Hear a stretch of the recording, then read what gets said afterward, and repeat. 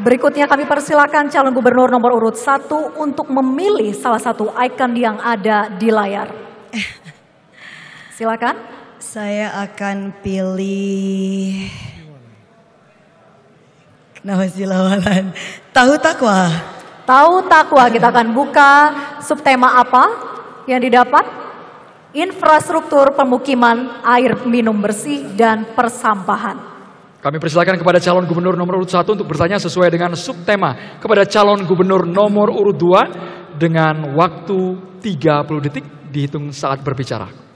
Iya, terima kasih. Salah satu kompetensi yang diperlukan untuk dimiliki seorang pemimpin itu antara lain, termasuk gubernur, adalah kemampuan untuk melakukan refleksi dan evaluasi secara objektif. Pertanyaan saya, menurut Ibu, apakah keputusan atau kebijakan yang dirasa kurang tepat yang sebelum ini telah diambil oleh pemerintah provinsi, termasuk Ibu, yang terkait dengan pemukiman, infrastruktur, air minum bersih, dan juga persampahan?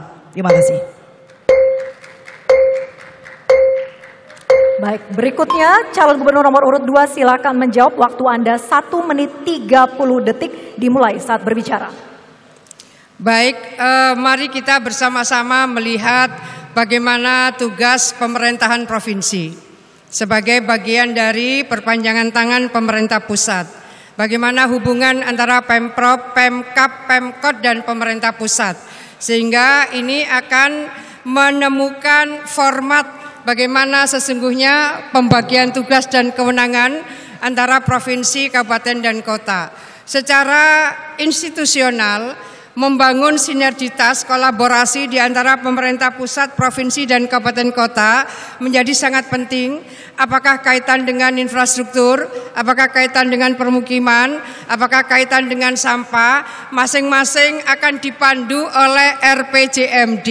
Jadi tidak bisa seorang gubernur, wakil gubernur, bupati, wali kota itu keluar dari format yang sudah disepakati bersama. Ada RPJMN, ada RPJMD, kemudian ada RKP. Setelah RKP ada RAPBD, setelah itu ada Perda.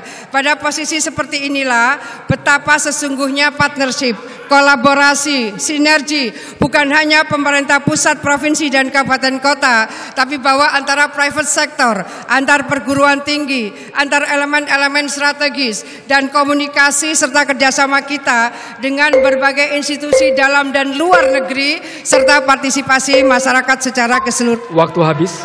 Selanjutnya calon gubernur nomor urut 1 untuk menanggapi, waktu 1 menit dimulai saat berbicara. Calon gubernur nomor urut 1 untuk menanggapi. Ya, terima kasih untuk Bu Risma dan Ibu Khofifah. Itu artinya bahwa yang perlu untuk kita kembangkan adalah komunikasi yang efektif dan juga sebuah kepemimpinan yang transformatif. Sehingga kita bisa melibatkan, kita bisa mengajak dan bisa melakukan koordinasi yang sangat mudah dengan pemerintah kabupaten dan kota, dan semua kemudian diajak untuk melihat masalah secara bersama-sama. Karena tadi disampaikan bahwa nggak bisa sendirian. Oleh karena itu, yang namanya pemimpin itu nggak bisa hanya dengan asal waton perintah, tetapi juga menjadi teladan dan kemudian bisa mendorong dan rasa kepemilikan bersama.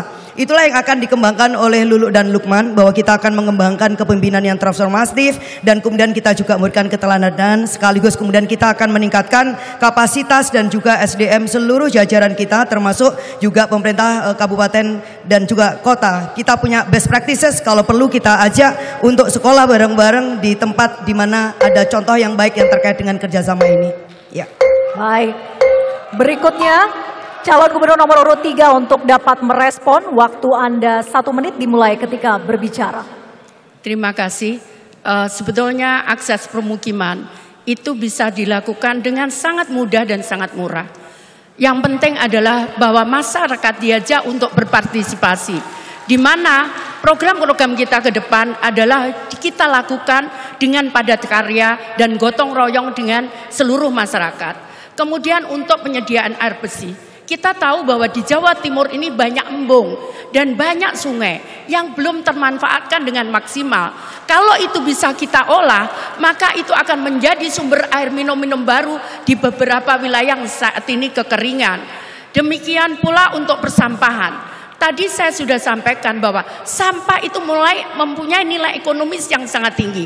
Kalau kita bisa mengolah sampah itu dan kita bisa mengajarkan kepada masyarakat untuk bagaimana mengolah sampah itu, maka saya yakin Tidak ada kampung kotor seperti yang terjadi di Surabaya saat ini. Waktunya habis.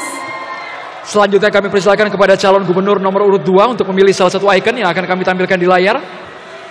Calon gubernur nomor urut 2 bisa memilih ikon. Lorju. Lorju yang makanan perubahan khas iklim. Madura ini.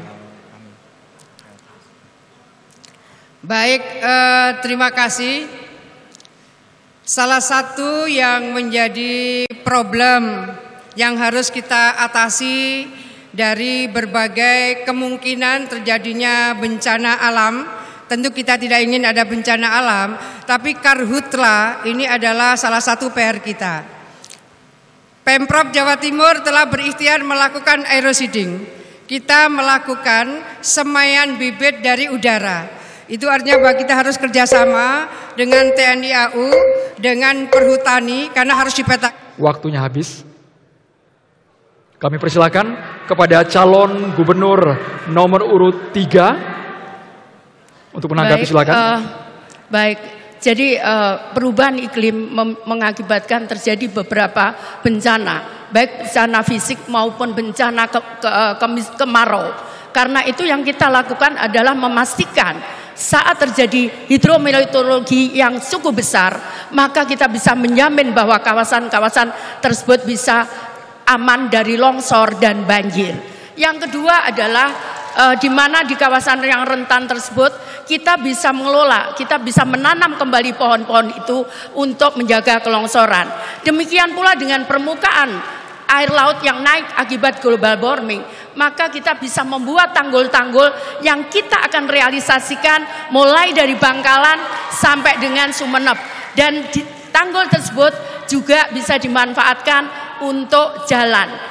Kedepannya apabila jalan itu sudah bisa diakses, maka kita bisa bangun jalan itu untuk infrastruktur yang lebih ramah lingkungan seperti kereta api. Karena apa? Karena dengan angkutan kereta api memang itu lebih mudah dan lebih murah. Namun saat ini belum bisa dilakukan karena kita harus damai dengan masyarakat yang saat ini menggunakan transportasi dengan kendaraan bermotor. Yang berikutnya adalah bagaimana kita bisa menekan kendaraan angkutan untuk bisa lebih ramah lingkungan. Karena itu mari kita semua menggunakan angkutan. Waktu habis, berikutnya kami persilakan calon gubernur nomor urut 2 untuk menanggapi. Waktu Anda 1 menit dimulai ketika berbicara. Silakan. Baik, saya tadi menyampaikan kaitan karhutla. Karena itu PR setiap tahun yang dihadapi oleh Indonesia dan termasuk dalamnya adalah oleh Jawa Timur.